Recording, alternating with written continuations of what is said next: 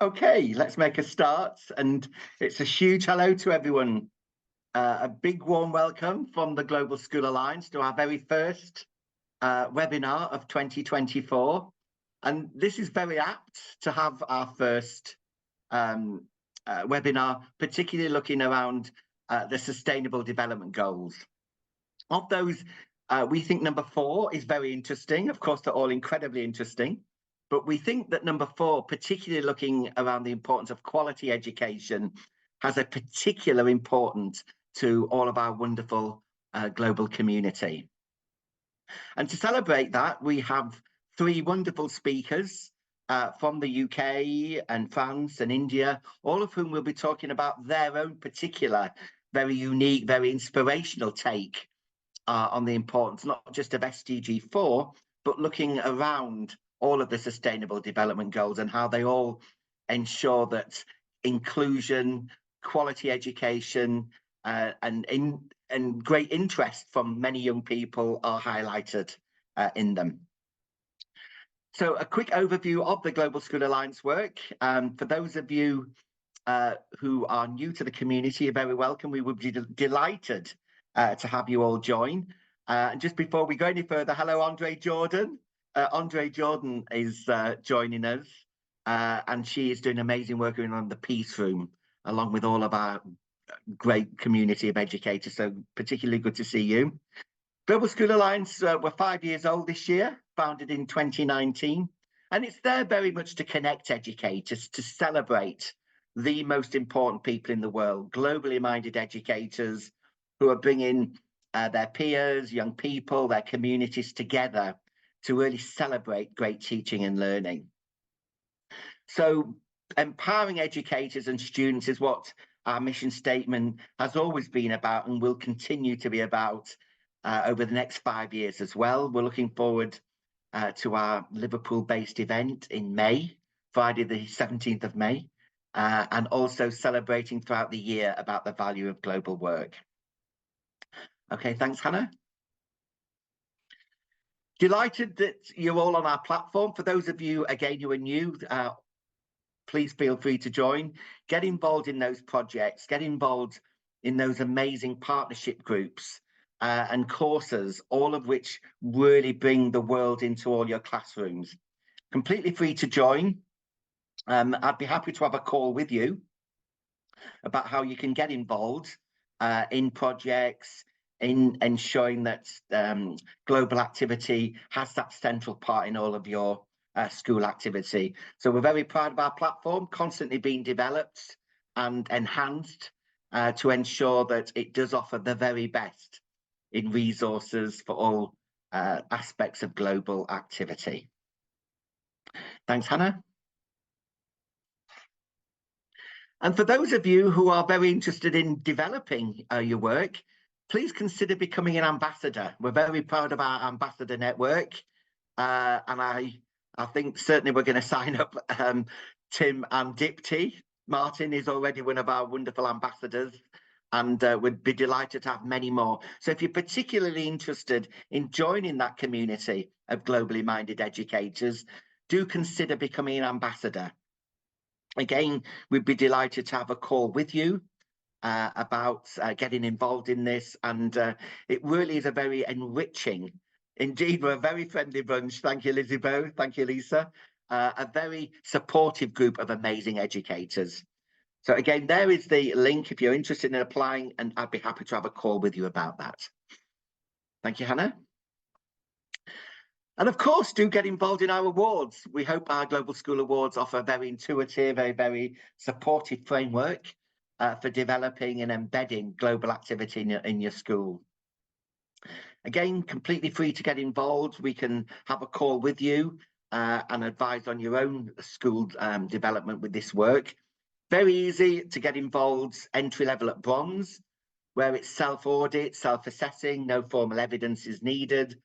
And that builds up that whole school commitment through visits, through training, through what we talk about a global school transformation to really ensure that global activity has a hugely central part in your school. So again, delighted to have a call with you about any aspect of our awards. Thank you, Hannah. So again, we can support you throughout all of your work.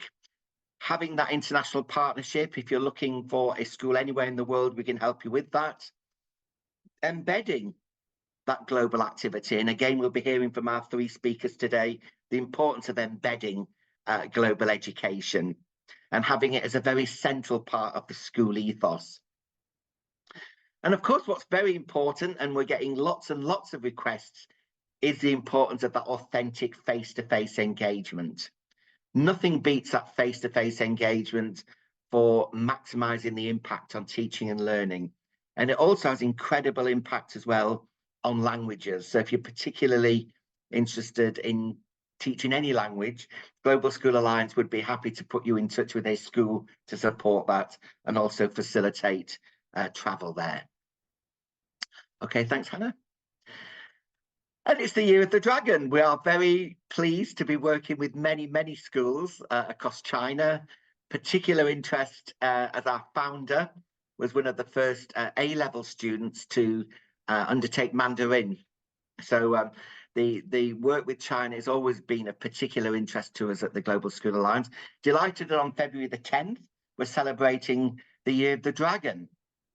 So that'll be a very special year for us, 5 years. And obviously the Year of the Dragon is also seen as a very fortuitous year by many communities.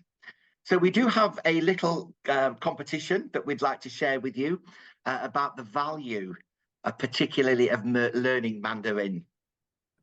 So here is a few words from our founder, Thomas Camilleri. 大家好，我是老汤，我是 Global School Alliance 创始人。Hello, everybody. I am Tom Camilleri. I'm the founder of Global School Alliance. I'm extremely proud to be celebrating such a very special year this year. It is the Year of the Dragon, and it just so happens I am also born in the Year of the Dragon, not to give away my age or anything, but the Global School Alliance has always had a particularly strong connection to China, which actually kicked off from some great opportunities that I had in my schooling years and with some early trips to China, which really transformed my view of the world. As a Liverpool-based organisation, we are super proud to be celebrating the 25th year of Liverpool Shanghai's sister city partnership. It's also a very special year for all of us at the Global School Alliance as we celebrate and reflect on our 5 years of connecting and communicating with global schools. We will be celebrating with a challenge for our schools. We have a couple of sentences that we would like you to recite. They are very special for Chinese New Year. One of them is a slightly humorous approach. So here are the 2 sentences we'd like you to say. First one is 恭喜发财 红包拿来, which effectively translates as we wish you a very prosperous time of the year, and the traditional gifts of Chinese New Year would be red envelopes with additional coinage and money for the youth. So 恭喜发财红包拿来. And the second one we'd like you to have a go at is 新年快乐春节愉快, which is effectively saying a very happy new year, and we wish you again a very happy and prosperous spring festival. So we'd love to see your submissions from your classrooms, from your teachers and students all throughout the Global School Alliance network in our 137 countries and just over 11,000 educators. We'd love to see you all have a great crack at it, and we're going to judge some of the submissions and be awarding some special prizes to those that do a great job. I'm especially looking out for schools that have an additional creative flair. So I'll leave that one for your own imaginations. Good luck, everybody. I look forward to seeing your submissions. Thank you again. Brilliant. So there you go. You can obviously download the video from the Global School Alliance website, but we hope that's a really lovely opportunity to learn more, not just about China, but certainly kickstart interest in learning Mandarin. Okay, so just before we start, do get involved in our community. Lots of ways to get involved, including the student councils. We're very proud of our primary and secondary student councils that are there to support student voice. So we have some amazing schools globally, and the young people both present on a given topic about their own experiences and their own insights. So do consider getting in with the student councils. And again, do get involved with becoming an ambassador, and do obviously feel free to get involved with the Global School Alliance. Free memberships at globalschoolalliance.com. Okay, so enough about me. Just to say a huge welcome to our three speakers. You'll hear some amazing overviews of the Sustainable Development Goals today. Feel free to put your comments and insights in the chat. The session is being recorded. And also, if you have a particular question, we can feed that to the speaker. Do share your comments on Twitter, on X, and we'd be delighted to work with you on any aspect of your own work with the SDGs. So before we go ahead, we'd like to know about how confident you are in using those 17 Sustainable Development Goals in your own classroom. We know there's a lot of Sustainable Development Goals covering a whole wide range of global topics, but we feel SDG4 is central to that. But looking at those 17, are you very confident in your school? They're a big part of the curriculum. They're considered, but could be improved. We're very new to introducing the Sustainable Development Goals, or they haven't yet been introduced. So just to get a snapshot from our audience, how confident are you in using those 17 Sustainable Development Goals in the classroom? So do feel free to vote now.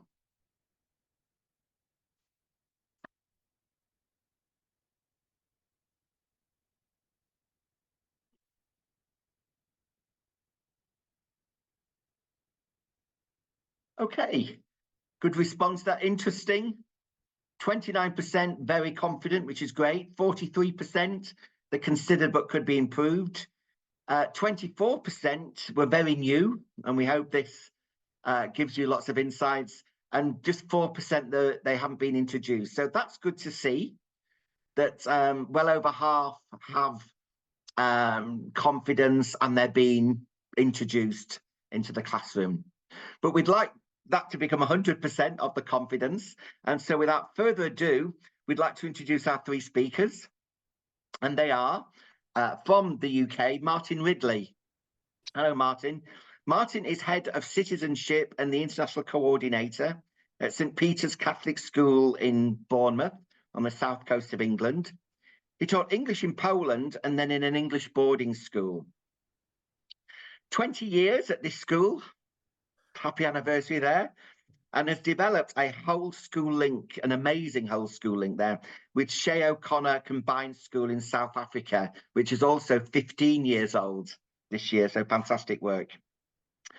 Okay, from Bournemouth, we go across to the amazing Dipti in India, who is manager of accreditations and international collaboration at the Prodigies International School.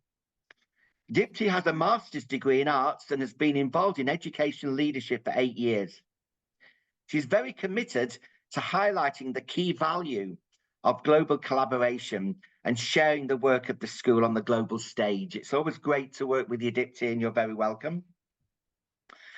And from India, we go to France, and it's hello to Tim Black. Tim is a passionate and experienced global educator, committed to teaching all aspects of the Sustainable Development Goals. He's a teacher at Marymount International School in Paris and leads on innovative work to transform societies as a sustainable future. Great work there, Tim. Tim is a National Geographic certified educator and Teach SDGs ambassador, and also created bite-sized Sustainable Development Goals, those wonderful bite-sized SDGs, which is a social media initiative that raises awareness and inspires action around the SDGs. So 3 wonderful speakers, all talking about their particular wonderful insights around the SDGs. So it's over to you, Martin. You're very welcome, who'll be telling us about his great work. Over to you, sir. Hi, John. Thank you very much indeed. And hello, everybody.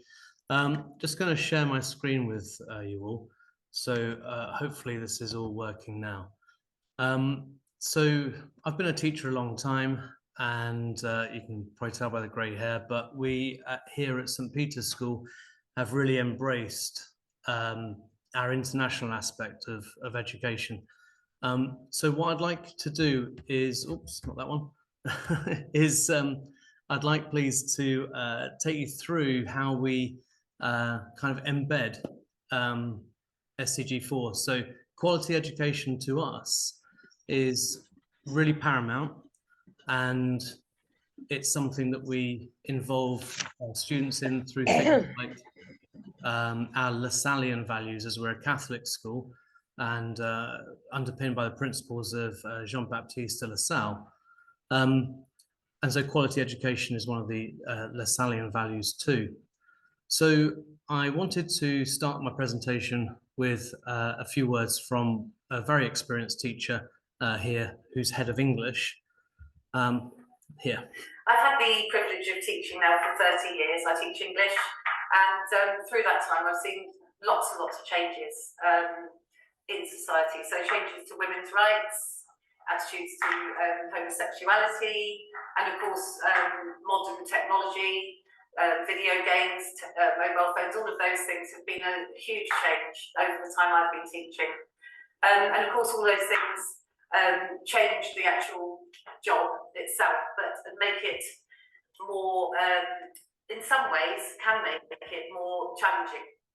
However, the core purpose of the job has not changed at all, and the young people we work with are still children who have to somehow work out how they're going to live and work out who they are in the world that they are growing up into. And so, although the climate that surrounds us has changed, the core purpose hasn't changed. And of course, what we're trying to do is to nurture fully enfranchised participants in society. We want children to be politically aware. We want children to think that they've actually got some sort of agency. We want them to be involved in the decisions that actually make us who we are and make the world what it is for other human beings to live in. Of course, in order to do that, children need to have the equipment to do that. So the important skills of numeracy, literacy, all of those things that are always seen as the core subject areas, I fully believe are a part of education. But I think without the creative side of education, without fostering that sort of creativity, that empathy, through reading, through the use of the imagination, through collaborative work and play, I think we could end up with children who aren't equipped for the world. So it's the whole package. A quality education has to have all elements to it, and I think everything's equally important. So I want children to be able to develop critical thinking skills. I want them to be able to become discerning readers and listeners who don't just take what they hear and then believe it and turn it into some sort of new truth or soundbite or follow some sort of Twitter feed, but who are able to articulate their own opinions as fully functioning participants in society. So Nancy there, as you can probably tell, is a very passionate teacher, a long-standing colleague, and really, really exciting, interesting to work with. So with that in mind, I wanted to explore what quality education looks like. And so I've asked a few students here at school about their lessons, about their learning, and what that really means to them. So where Nancy was talking about, it's a difficult job teaching, I don't think anyone will disagree. Really, we're trying to equip children with the skills they need for the future. And I was really interested in what these students had to say about that. PE is fun because the first period we'll do stuff like running or stretches or stuff like that, and then the second period we'll do like treasure hunts or things where you get to do it with your friends in groups where like you get to like you're like doing what you're meant to do. You're also having like quite a fun time, and you're like getting to like walk and run around with your friends. So that was only last week or so, and we've had a pretty gloomy, miserable few weeks in this neck of the woods. And so, you know, really that student's got that love of learning, which is incredibly important to us, but it doesn't happen by accident. So there's something going on underneath all of that. And I think that's, you know, an understanding of the learning that they're doing. This other student here has something else to say too.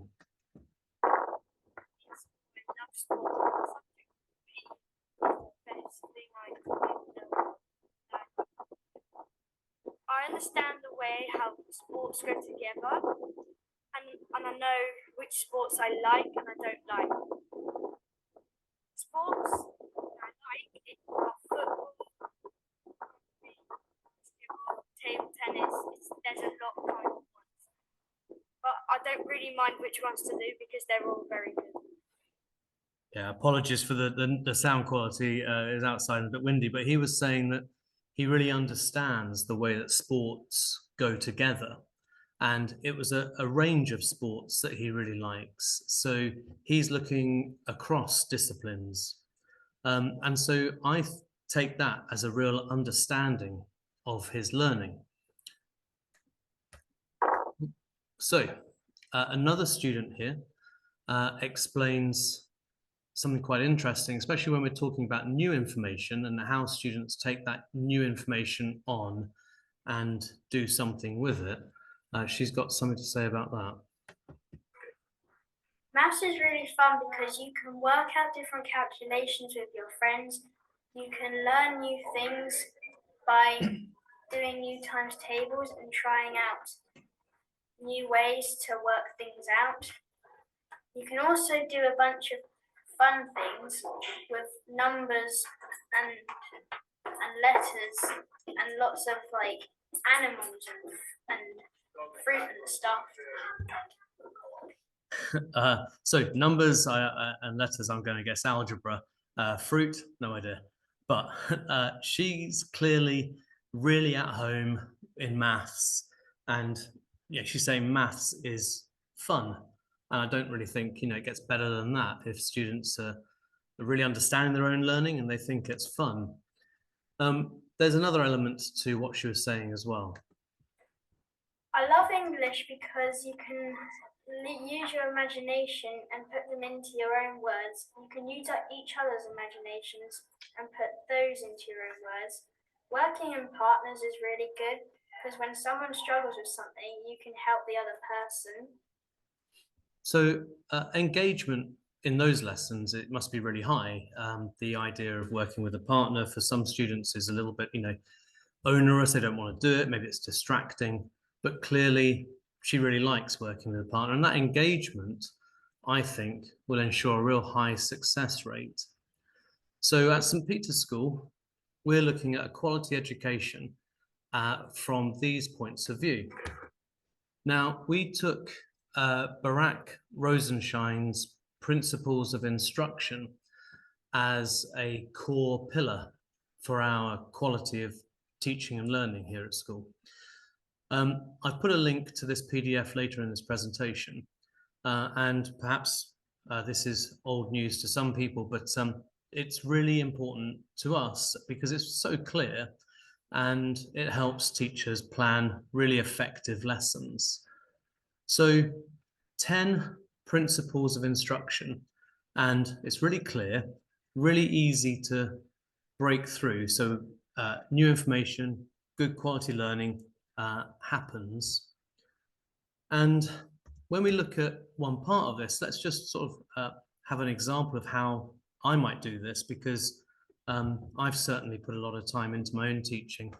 Here, for example, we're providing models.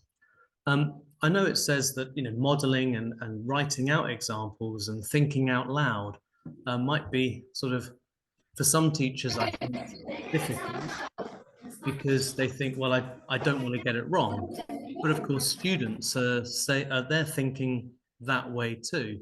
Students might be sitting there thinking, I don't want to get this wrong, don't want to take that chance. So providing models of this is what a great answer should look like is quite powerful. As it says there, just even the teacher thinking out loud, or as I quite often do, is, oh no, I've got that wrong. So hang on a minute, let's go back. Okay, this is better. You know, even just perhaps if it's you know, put on or you're just pretending, I think it's quite good as a technique.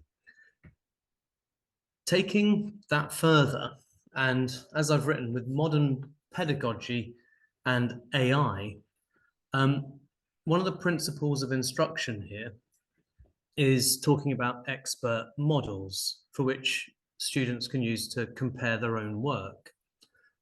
So I wanted to give students, you know, really fantastic examples of this is what a good answer looks like, but I'm busy and I don't think I really want to put in so much time to create all these things.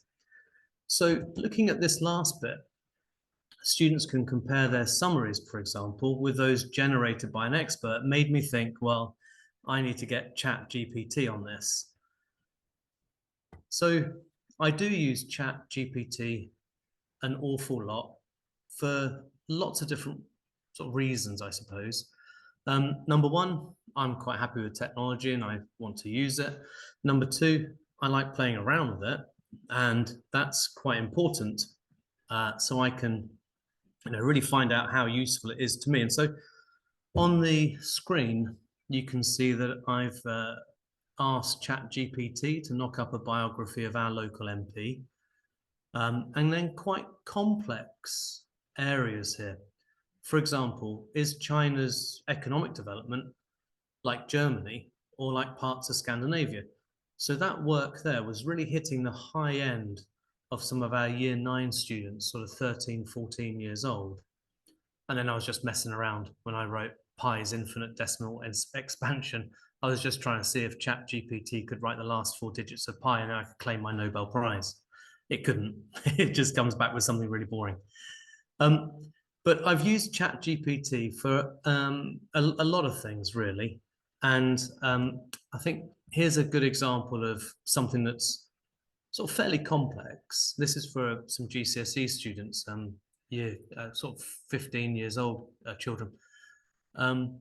So I'm writing a prompt trying to compare voting systems in the UK. I wasn't very happy with the things that I could easily find Googling, and so I wanted to make it much more useful.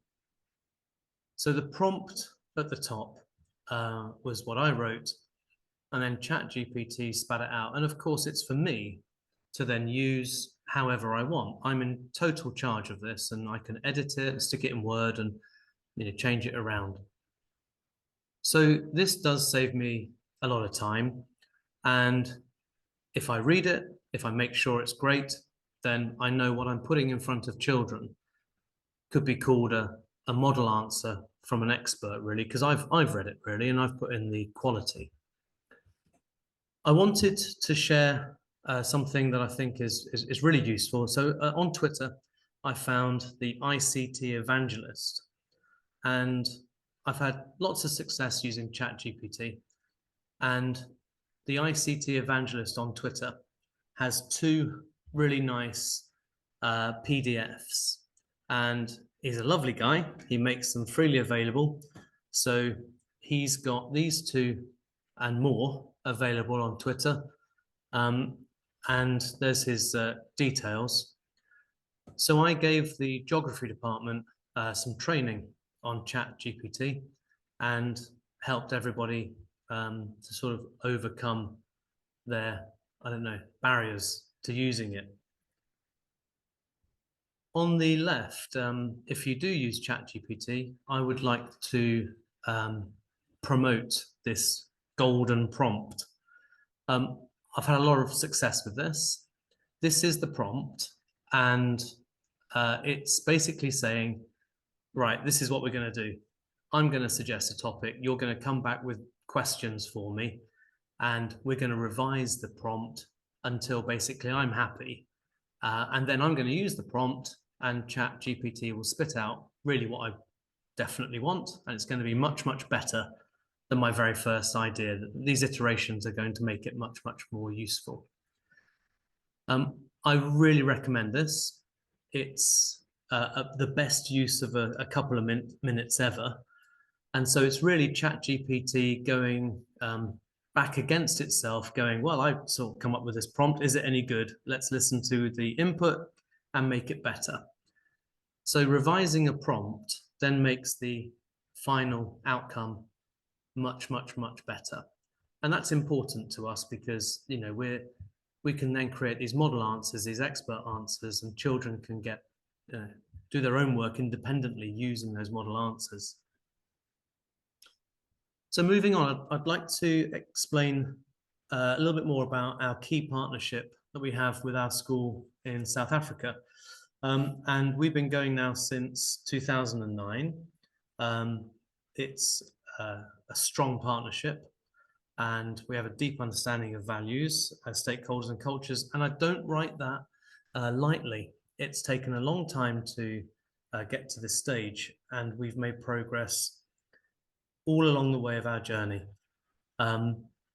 It's an incredibly supportive partnership, and it's also something that now underpins a lot of whole school work that we do. So there are most departments, I would say, in the school have links to our partner school in South Africa with the work they normally do in the year.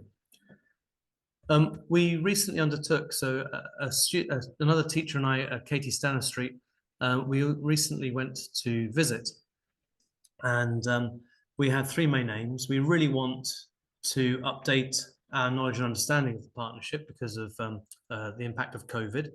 A lot has changed, really. We wanted to run some teacher training and some short sessions for potential school projects. So we're setting up more school projects.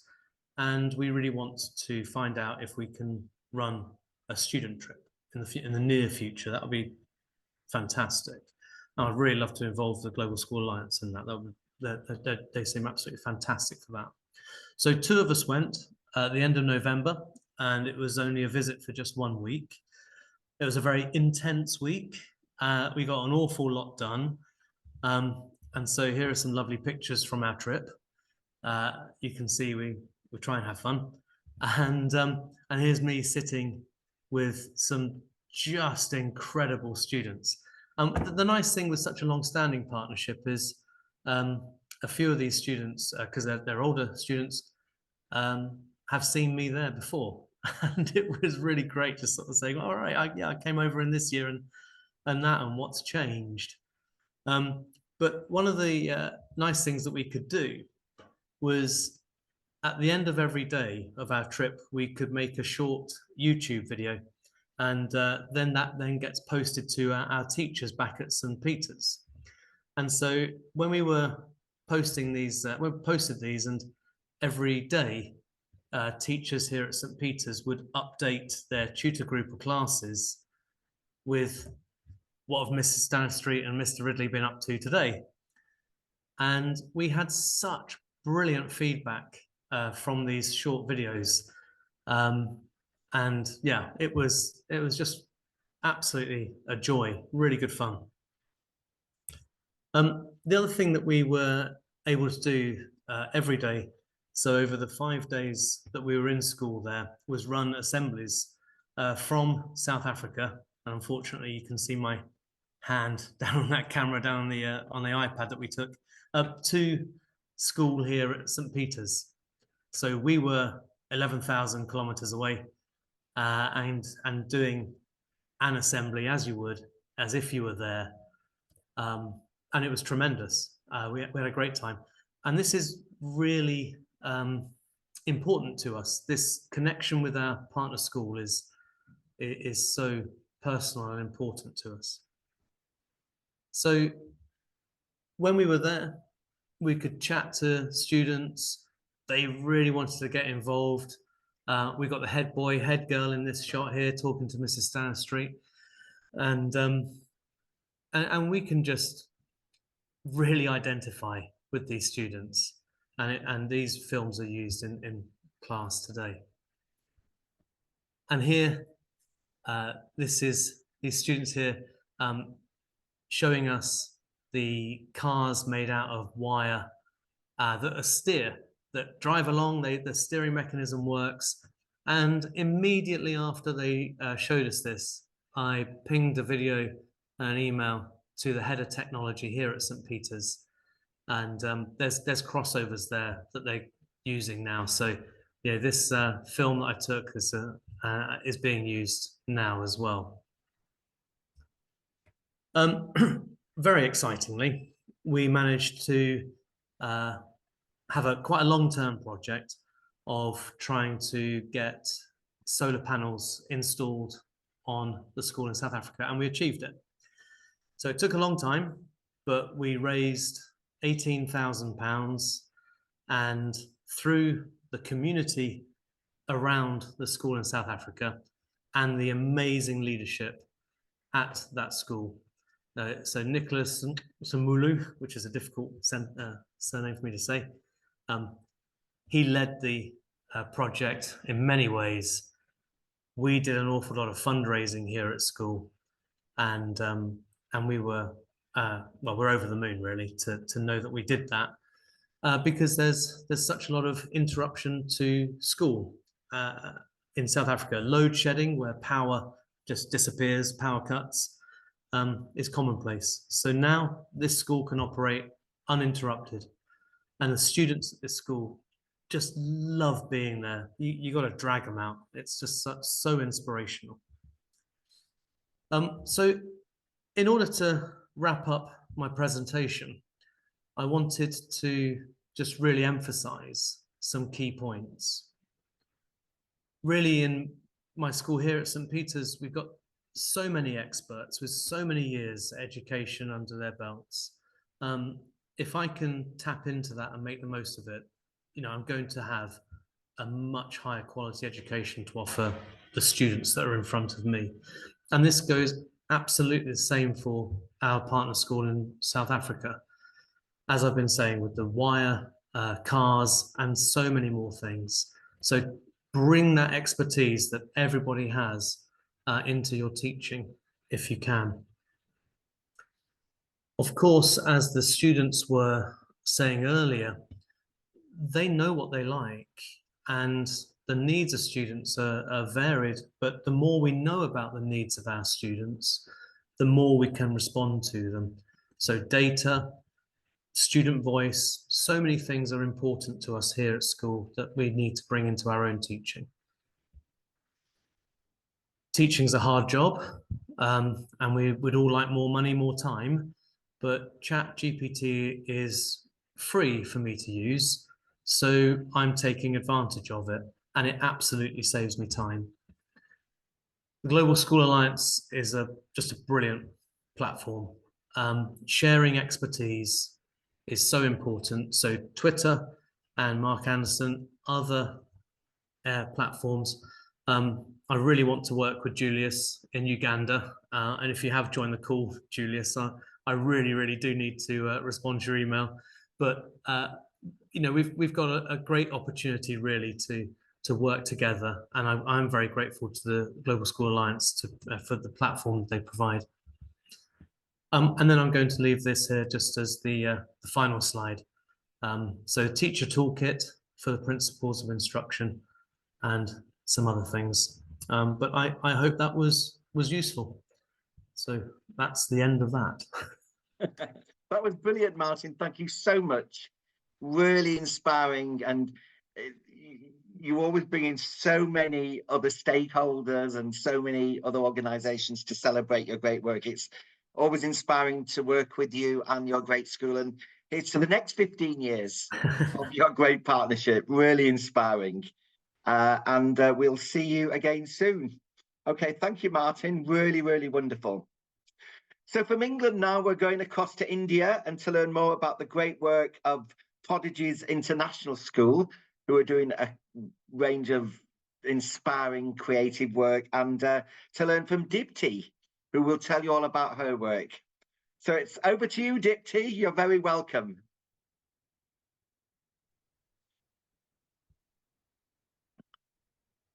Hello, Dipti. Yes, yes. I'm Good here. to see you.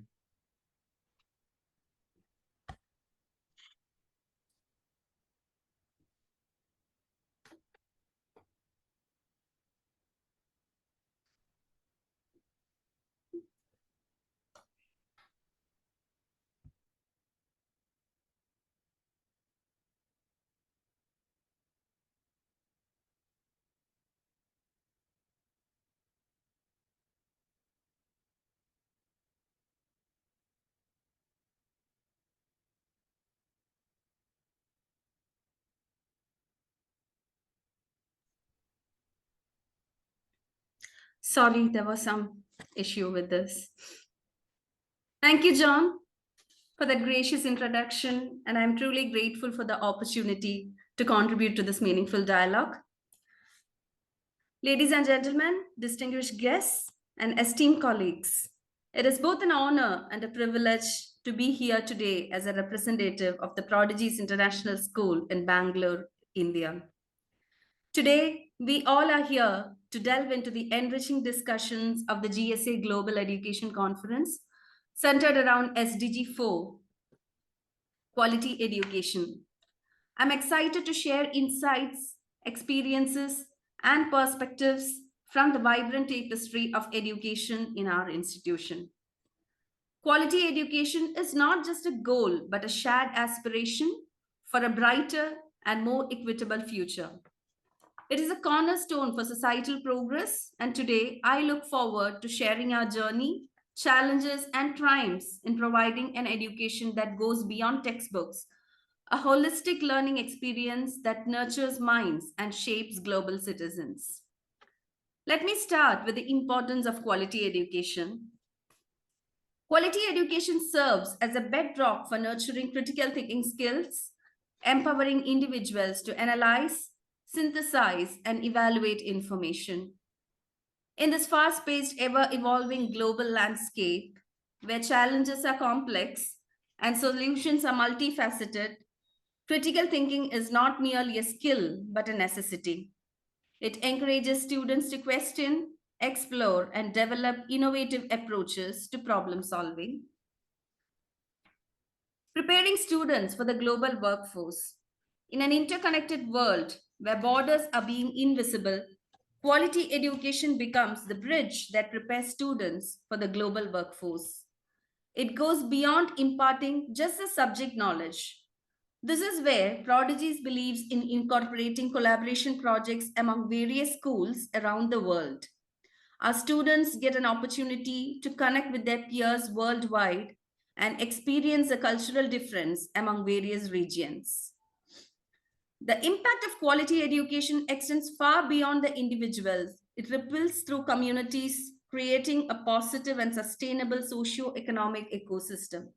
By empowering individuals with knowledge and skills, we empower entire communities to break the shackles of poverty, ignorance, and inequality. Here again, I would like to mention GSA's role. The GSA student councils have helped our students immensely in being a voice among their peers community. It is through education that we build inclusive societies where every individual, regardless of background, has the opportunity to contribute meaningfully to the collective well-being. Now, what are the essential components that constitute quality education in our global landscape? Curriculum excellence tailored to meet global standards. At the heart of quality education lies a curriculum that transcends borders, one that is meticulously designed to meet global standards. A curriculum of excellence is one that not only imparts subject-specific knowledge, but also integrates cross-disciplinary perspectives, fostering a holistic and interconnected understanding of the world. Effective teaching methods utilizing innovative and inclusive approaches. The dynamism of the modern era demands teaching methods that are as diverse as the learners themselves. Quality education embraces innovative and inclusive approaches, recognizing that each student is a unique learner with distinct strengths and challenges. Beyond traditional lectures, educators must employ methods that encourage active participation, critical thinking, and collaboration. Technology integration harnessing the power of digital tools. In the digital age, technology is not merely a tool, it is an integral part of the learning experience. Quality education leverages the power of digital tools to enhance engagement, accessibility, and efficiency. Whether through virtual classrooms, online resources, or interactive learning platforms, technology creates a dynamic and adaptive learning environment. Student engagement, encouraging active participation and critical thinking. The cornerstone of quality education is active student engagement. It goes beyond rote memorization and standardized testing. It involves cultivating a passion for learning and encouraging students to think critically about the world around them. In a nutshell, I would like to emphasize that establishing international collaborations is a pivotal approach to achieving quality education within our schools. It is crucial to note that one of the primary methods to ensure quality education in our school is through forging international collaborations. How to bring about global collaborations? Global collaboration in education begins with the establishment of cross-border partnerships. Schools connecting across continents create a tapestry of shared knowledge and experiences. This goes beyond mere pen pal programs. It involves deep-rooted partnerships where educators and students engage in collaborative projects, joint initiatives, and meaningful exchanges. In an era where information travels at the speed of light, global collaboration in education thrives on the exchange of ideas, methodologies, and best practices. Information exchange is not just about sharing successes, but also learning from failures and collectively advancing the field of education. True global collaboration embraces and celebrates cultural diversity. It involves integrating diverse cultural perspectives into the educational experience, creating an inclusive environment that prepares students for a world rich in differences. The benefits of global collaborations in education are profound and multifaceted. Engaging with schools from different parts of the world exposes students to a myriad of perspectives, broadening their worldview. Exposure to diverse perspectives is not just an educational add-on, it is a cornerstone in fostering a generation of open-minded, culturally competent individuals. Secondly, educators have the opportunity to share best practices that transcend borders. What works exceptionally well in one part of the world may offer valuable insights to schools facing similar challenges elsewhere. This knowledge sharing elevates the quality of education globally, creating a community where success is celebrated and challenges are addressed collectively. The most significant benefit is the development of global citizenship. Global collaboration instills in students a sense of responsibility towards the world at large. They no longer see themselves as isolated individuals, but as integral parts of a global community. Along with these, we also have to showcase our global collaborations to the peer organizations. As we reflect on the power of these collaborations, it is essential to shine a spotlight on the success stories that I have emerged from these collaborative endeavors.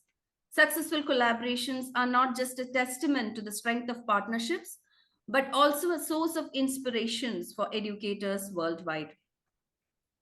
The impact of these projects on student outcomes is profound and far-fetching. Beyond academic achievements, these collaborations contribute to the holistic development of students. Exposure to diverse perspectives and cultural experiences nurture not only a deeper understanding of the subject matter, but also the development of essential soft skills.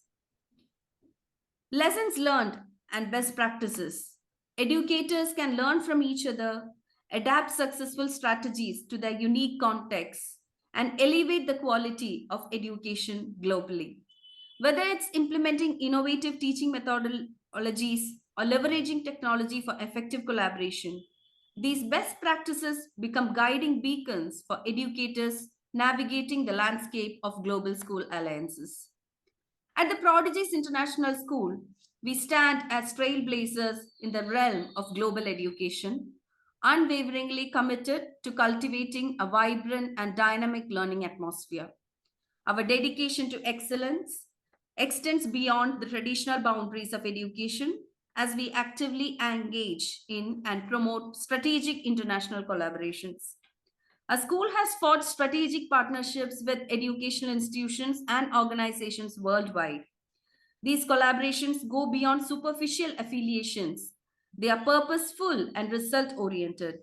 Through these alliances, we aim to expose our students to diverse cultures, perspectives, and educational methodologies. By tapping onto the collective wisdom of the global education community, we empower our students with a nuanced understanding of the world. Benefits of our global approach are multifaceted. Our students not only receive a well rounded education, but also gain a global mindset that prepares them for challenges of an interconnected world. The exposure to different educational systems, teaching philosophies, and cultural nuances enriches their learning experience, fostering adaptability and open mindedness. In essence, Prodigies International School is not just an educational institution, it is a global community dedicated to shaping the future leaders of a connected world. Through strategic international collaborations, we are not only redefining education, but also equipping our students with the skills and perspectives necessary to thrive in an ever evolving global landscape. Allow me to guide you through a selection of our collaborative projects and activities, all crafted with the aim of preserving and enhancing the cultural essence of our school. Additionally, we strategically design projects that align with the Sustainable Development Goals, instilling in our students a commitment to contribute towards building a prosperous and harmonious world. Our school, the Prodigies International School, embarked its educational journey in the year 2019. We commenced with online classes due to COVID-19 for 2 years. In pursuit of nurturing global perspectives, we have introduced international policies just from the beginning of this academic year. I'll commence with the student council meetings facilitated by GSA, marking our students' initial foray into the international stage. Engaging with peers from various corners of the globe, our students are thoroughly enjoying these interactions. Not only are they connecting with fellow students, but they are also actively collaborating on joint projects with other member schools, enhancing their global perspectives. Kindly peruse our brief video snippet showcasing our student activities.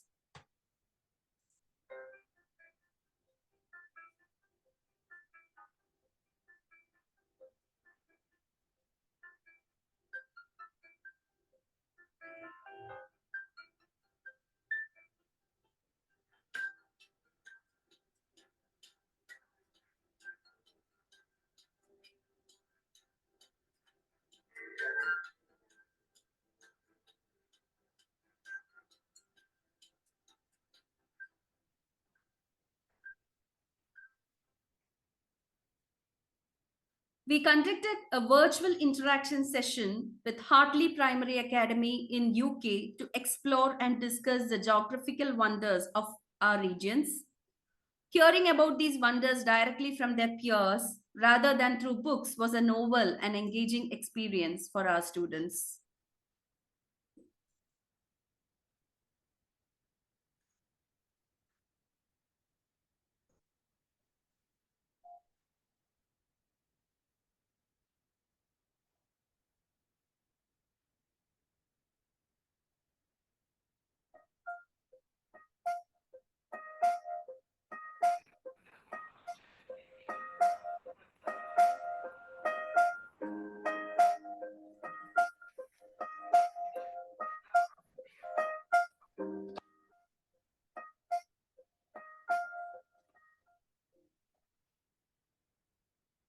The Green Awareness session It was a session we had with Baby Steps International School in Congo.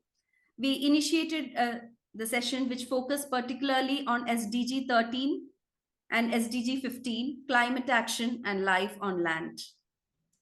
Hello everybody, I am Santi from the Prodigies International School, and today we are going to talk about the awareness. First, it can lead to very harmful to the environment. Can also not carefully for the future generation. Now, in the present time, there are 7.5 billion people, and feeding them is very difficult, which may happen that they may shrink in time. As Richmond said, the earth is what we all have in common.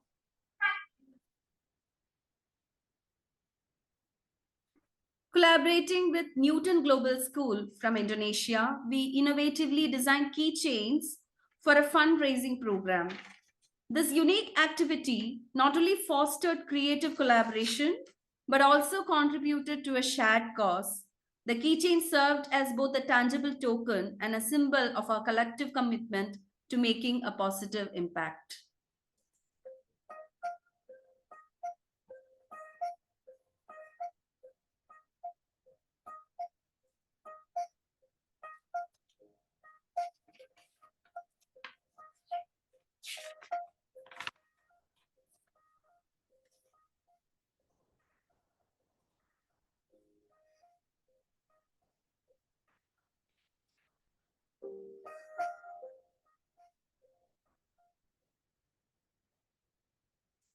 In our inaugural collaboration project for our pre-primary students, we focused on fostering cultural exchange with Newton Global School from Indonesia again. The subsequent activity involved delightful presentations on national landmarks from both the countries. This initiative not only broadened horizons, but also created lasting bonds of friendship among our young learners.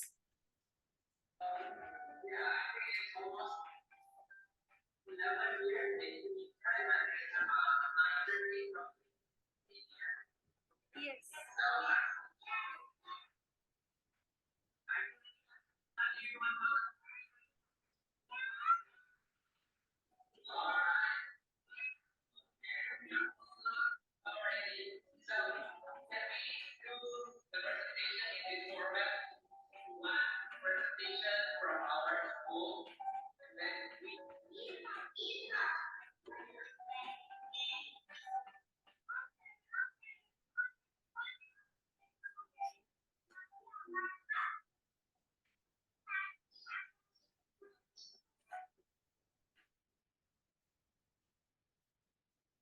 In the Great Languages Challenge, our initiative to explore new languages, we embraced French and delved into its cultural richness by learning their beautiful rendition of the Happy Birthday song.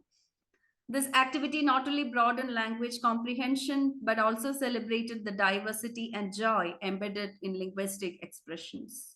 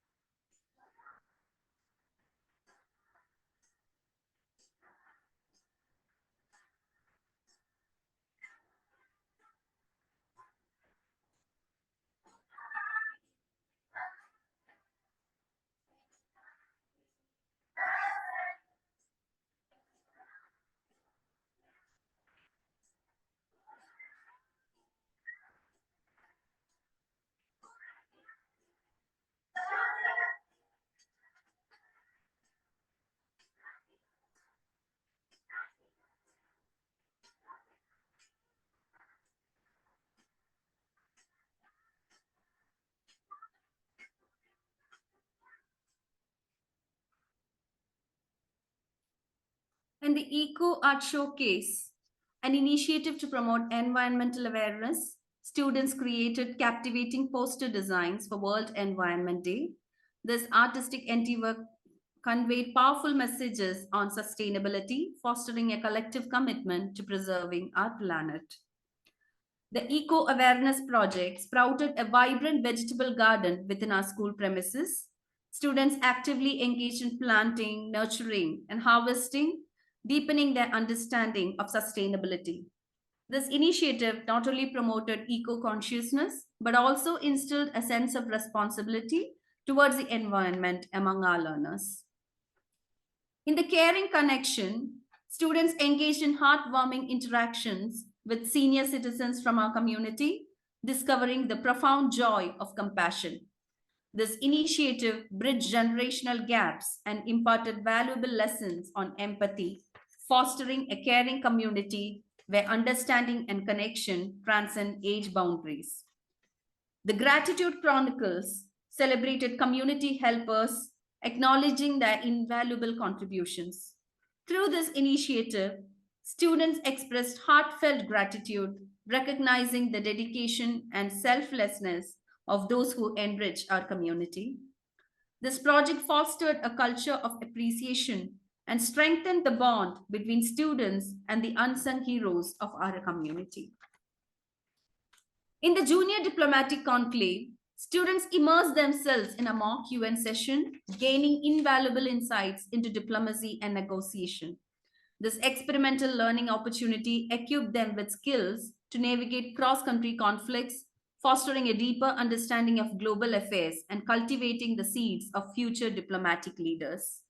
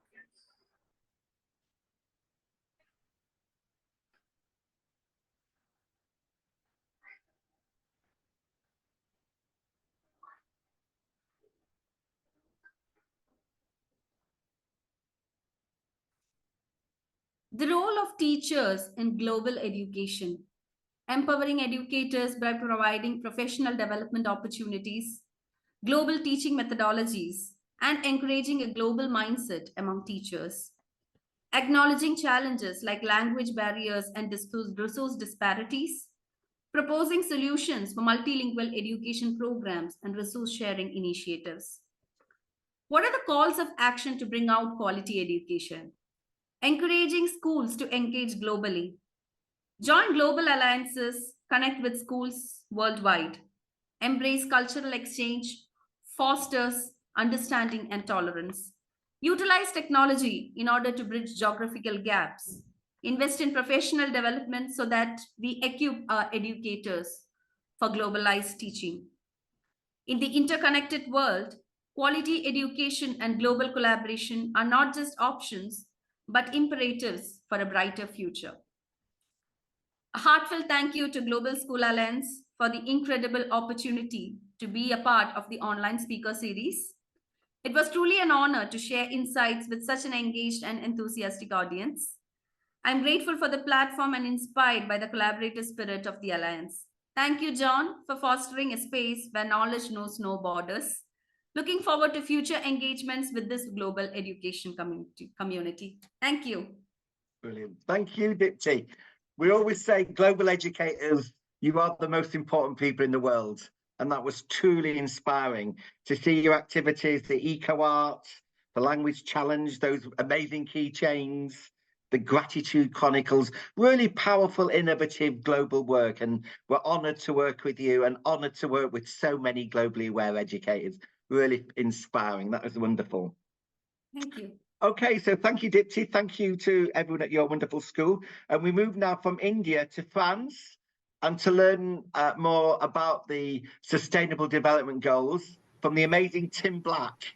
who's been doing some amazing research, amazing commitment to all aspects, particularly around the bite-size SDGs. So without further ado, it's hello, Tim. Hi everyone, it's great to be here. Thank you so much, Deepti, for that window into your work, and also to Martin as well for sharing all your wise words and wisdom. And thank you to the Global School Alliance for having me on. It's great to be here. So I'm going to have a little share. I'm going to show you some things, and the idea with my screen is going to be a little bit different. I'm not going to have so many videos for you there. It's going to be more sort of pictorial based. So hopefully you get to share in some of my experiences as well from a different angle on the same subject. So just a quick background check. I started over in Thailand, and in Laos when I was traveling, I started teaching English over there. Got inspired, came back and got a PGCE based in Greenwich, and it was a PGCE with French. And that means that obviously there's a French link there. I was started over in Lille, and then I went back to West London, and I was working in Hayes there, and I worked for 5 years. And during that time, I started dipping into sustainability and the area of sustainability, thinking this is actually something I quite enjoy. And then I moved over to the British School of Paris, where I worked for 8 years, and really just had a lot of time in that international sector to be able to sort of enjoy playing about with SDGs and the way that they work, as well as trying to tap into trying to change the sort of culture of the school from a school that didn't really have its eyes open to the world as much as I'd have liked. And I was really able to have a bit of an influence there. And I really enjoyed it, so much so that during COVID, I actually came away from the British school, did a bit of exploring around to see what I could do, perhaps on a bigger scale. And it was then when I came up with a few projects, which I'll explain a little bit later. Took my family to Hayes, southeast London, no link there, for a bit of an English experience for my son and for my wife. And after a year, we quickly headed back to Paris for no real reason other than the fact that I had a brilliant job that I'd left just before. The family has got the blueprint over here in Paris, and really do feel that I could settle down here and really get on with what it is that I'm trying to achieve in the area in the field of sustainability. So here we are, Sustainable Development Goals, something that I'm particularly fond of in terms of the fact they look amazing.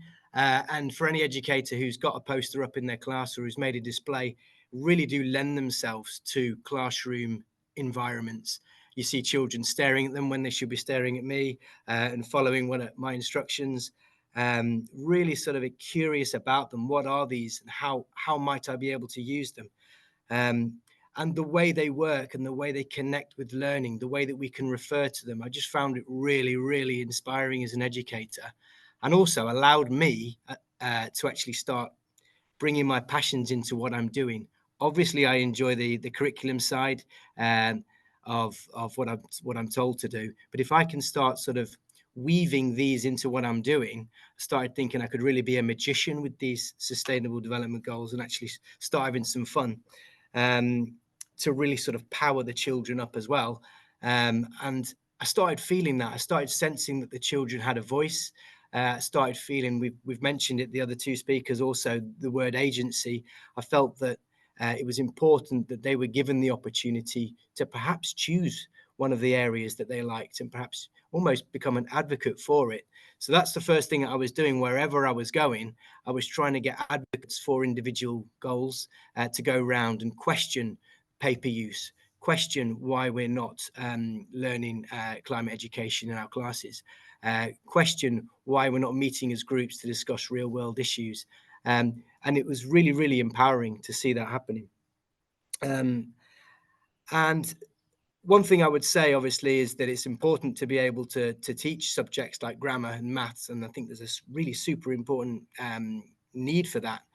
But those abilities and those crucial skills around adapting to the threats of climate change, the critical thinking, which has been mentioned before, problem solving, systems thinking, disagreeing respectfully with people, empathy, the ability to be able to write persuasively, to be able to get someone to do something that you feel passionate about, and ultimately to take action.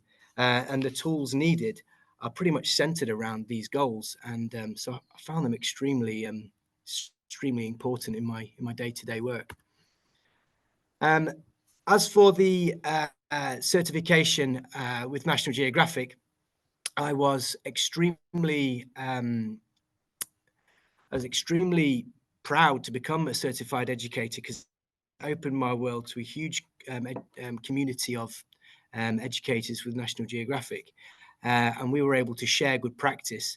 And one thing that I was particularly fond of and used an awful lot, and I still do, is this image here that one of the explorers has created for educators, and it's to really look at the world through a variety of different lenses. So you can see the spatial, the cultural, the political, economic, historical, geological, and ecological lenses. These are really good ways to be able to look at the world. And if they're looking locally around their lives and around their worlds, then they start thinking perhaps a little bit more regionally within those lenses, and then obviously globally. And I really like it because it makes everything just a little bit more accessible for them. It's a very, very friendly image as well. Make a big poster and put that up. And as we're going through the lessons, we can refer which particular lens are we looking at this through, and which particular area are we focusing on. I really like the man-made and the natural elements within this picture as well, and we can see how the connectedness between the two, super important. The questions that National Geographic inquiry process ask is, you should be asking, where is it? You should be asking why is it there, and why do we care? The whole idea of curiosity, I think it's super important that we really try and allow children to be curious and to ask questions. And once they feel like they're empowered to be able to question things, that they can actually take some action on it. We need to promote the learners to critically consider the issues and ideas from a variety of disciplinary perspectives, and you can see them there. So then I went off back into my classroom to try and work out, right, well, how can I get these SDGs to work more effectively?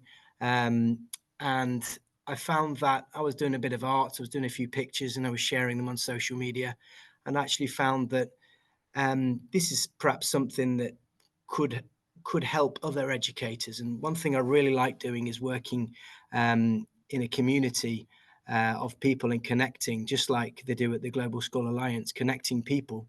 And I realized that during COVID, I had this Twitter platform that potentially I could start sharing some good practice.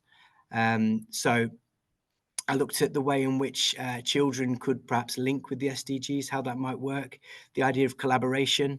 I looked into how SDGs met with the rights of the child and how that might work, the sort of interrelated ways in which they might work together, pushing and driving children towards trying to get a seat at the table through the work that they do.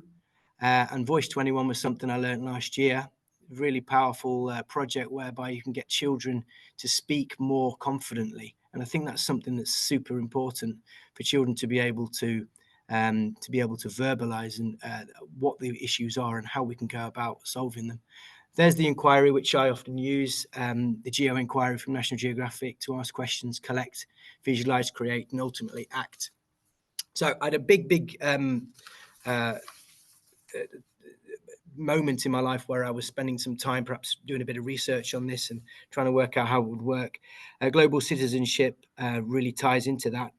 And then I thought, well, educators are, in fact, the best people to be able to tap into the minds of children and try and get them to think the way that we'd like them to. Educators have the technical skills, the creativity, the empathy, the kindness, organization, discipline, fairness, collaboration, and the patience that we want to see in these children.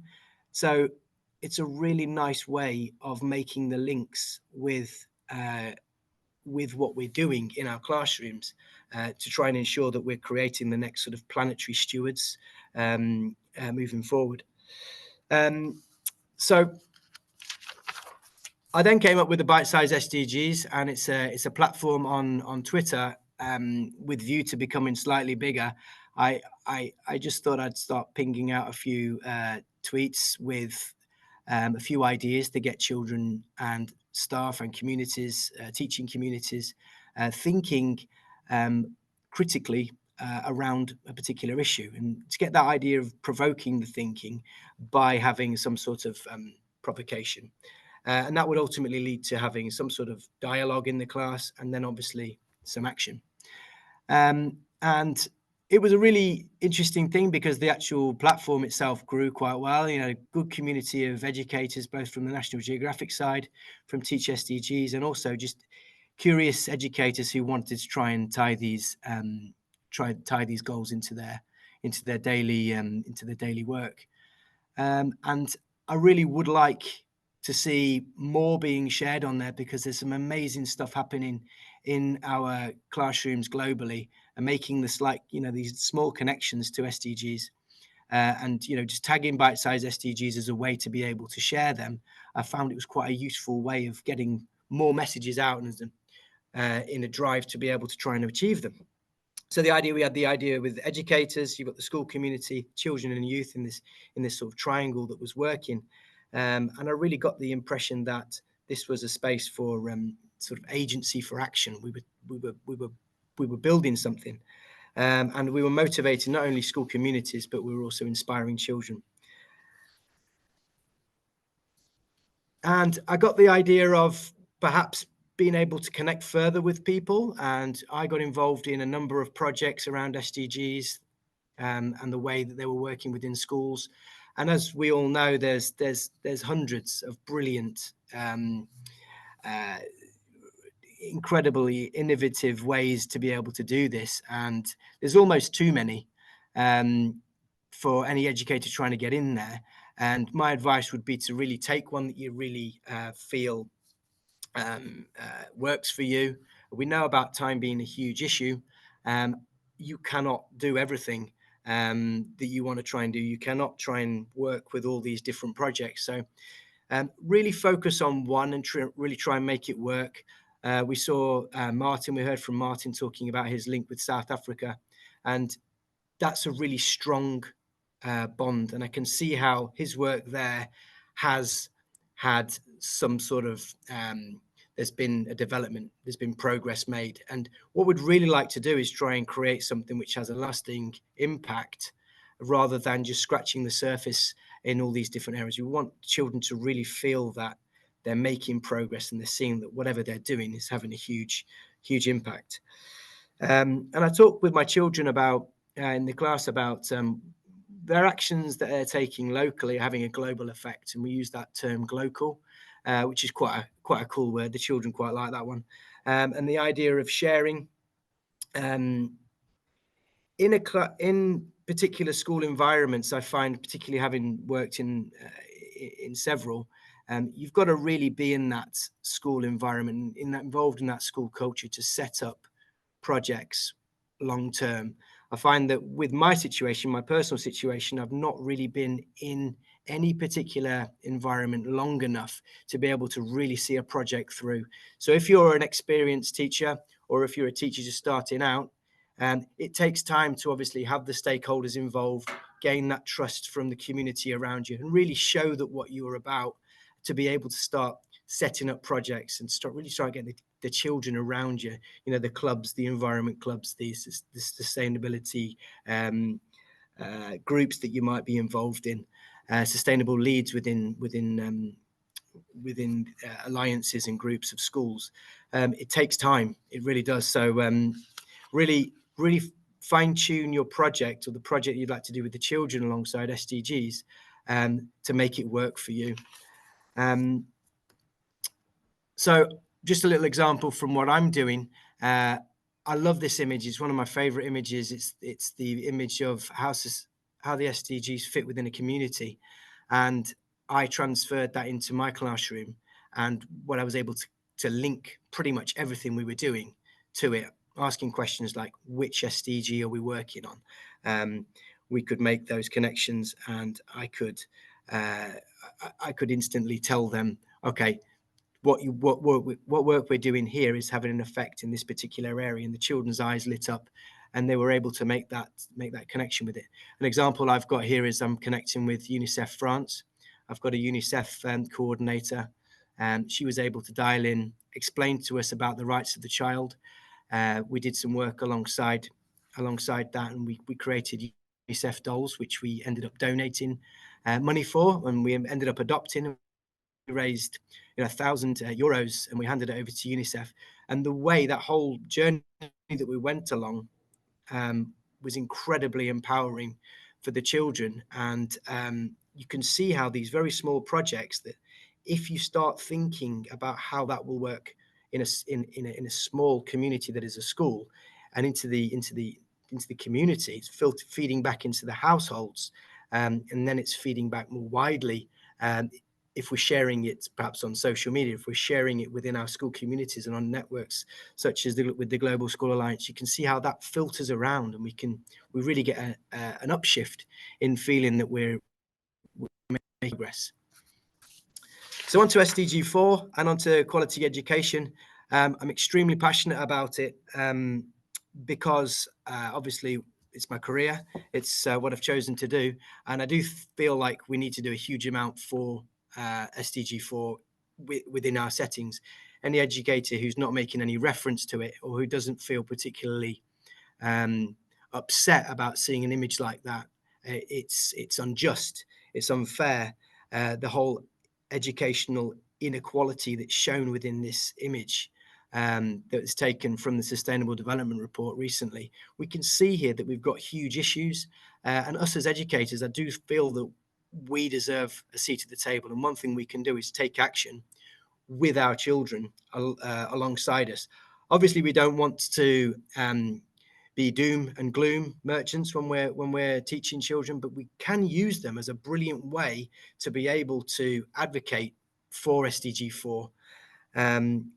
Obviously, we know how education is prosperity, opportunity, and empowerment, and we really need to tap into that, and really need to flip this map around, because it's absolutely unacceptable to see a map like that. And focusing on the targets, target 4.7 is one in particular that I'm passionate about.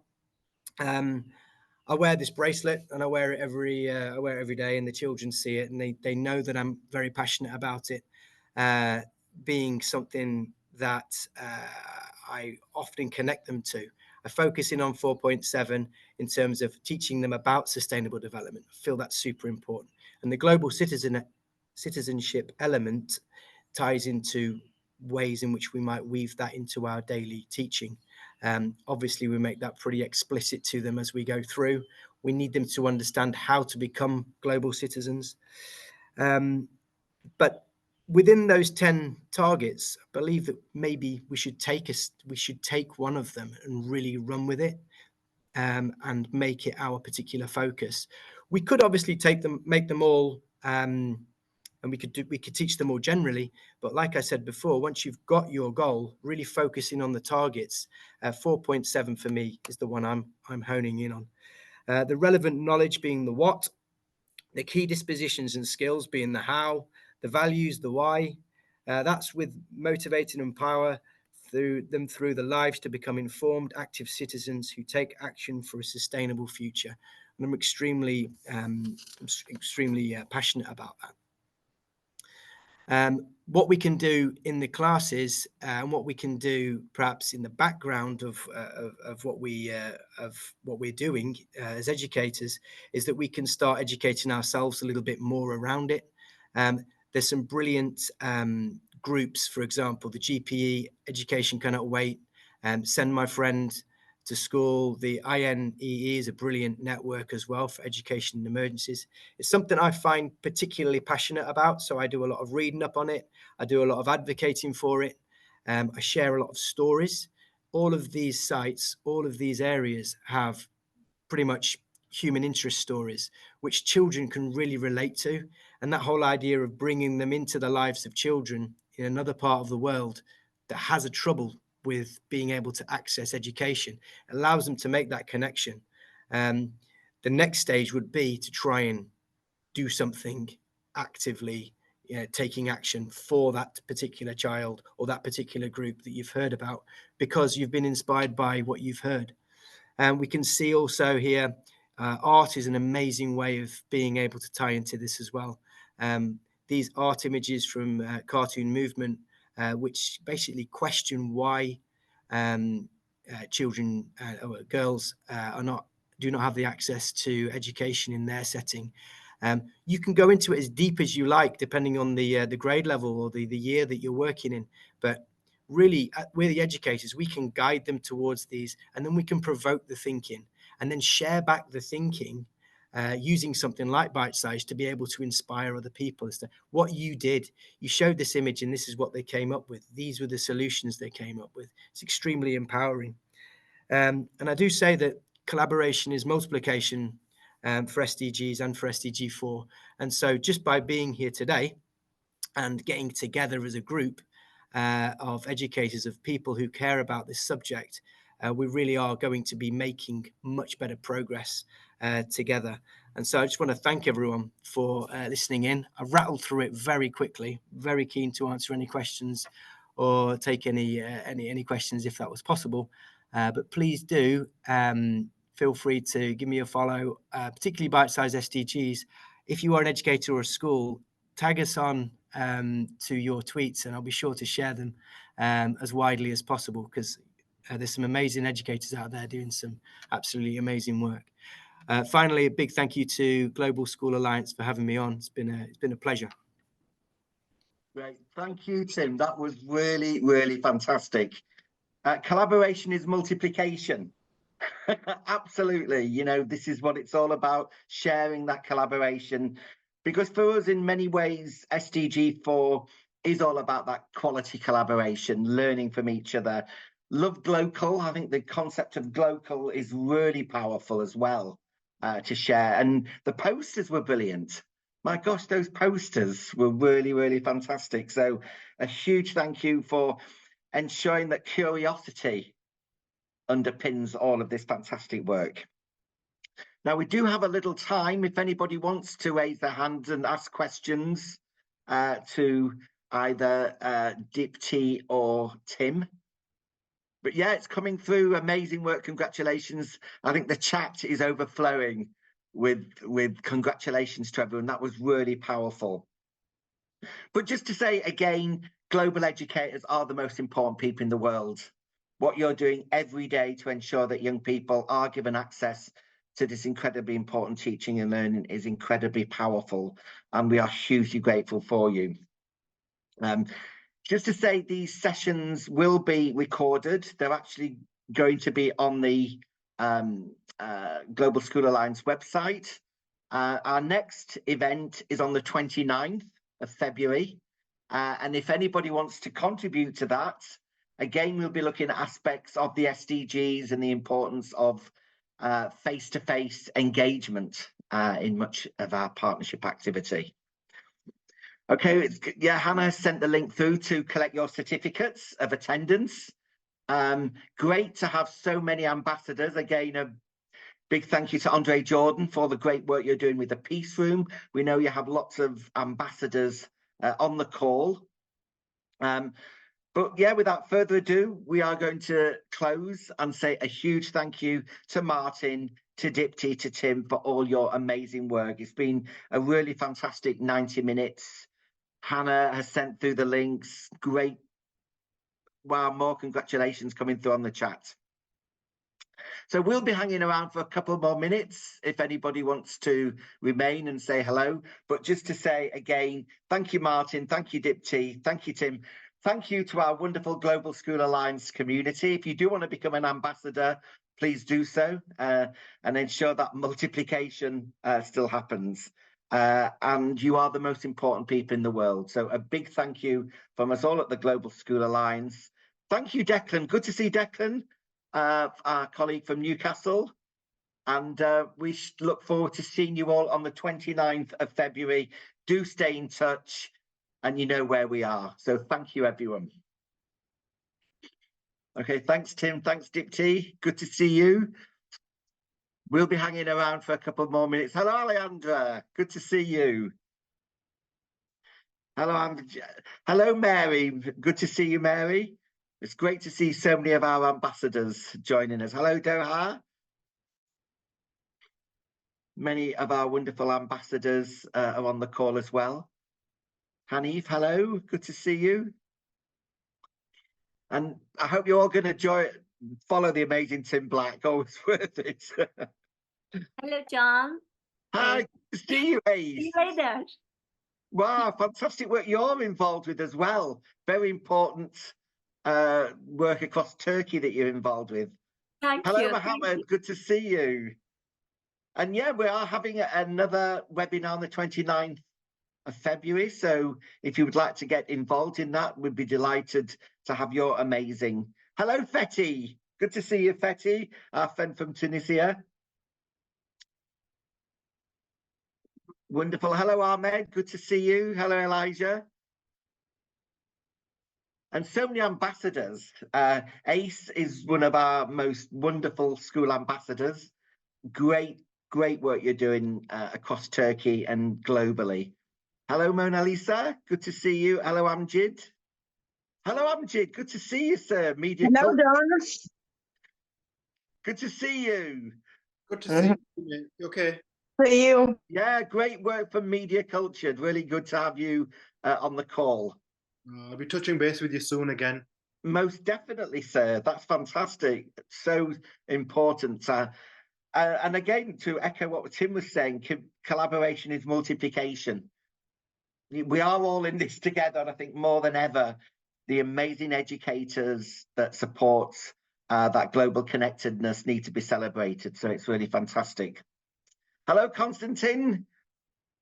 Andre, the wonderful Andre, Hayes Primary School.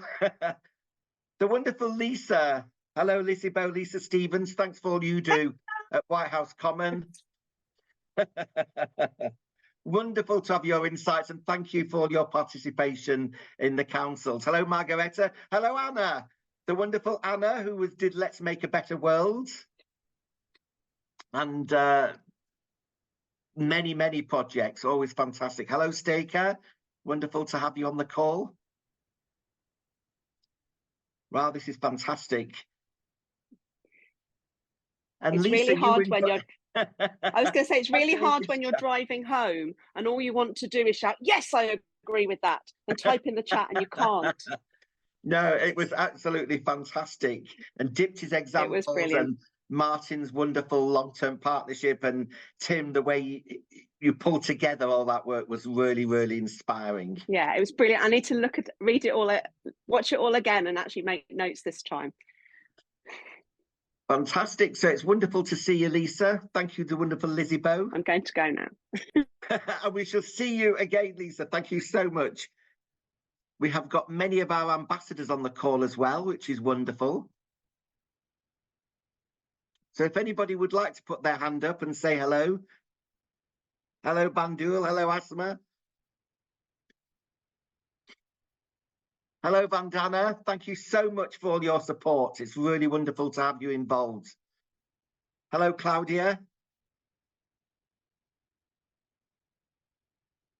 Hello, GSM. Good to see you.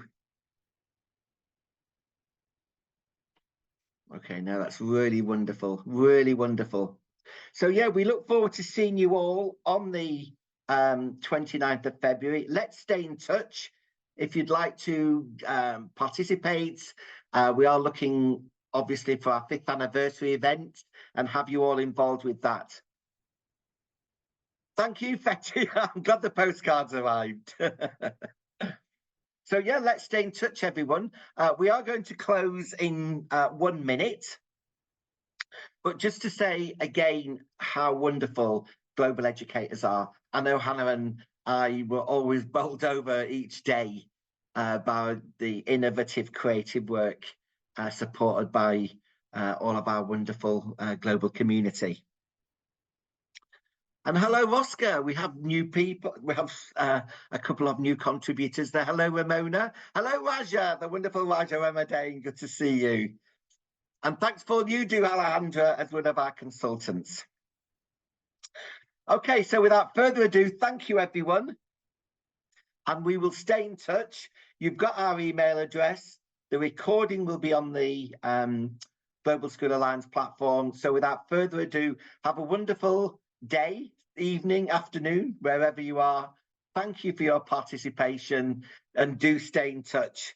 Hello, Gordon. Good to see you. Hello, Mary. Good to see you. Okay, so stay in touch, everyone, and thank you. All the best. Take care, everyone. Cheers. Thanks, Dipji. Thanks, Alejandra. Take care, Andre. We'll be in touch.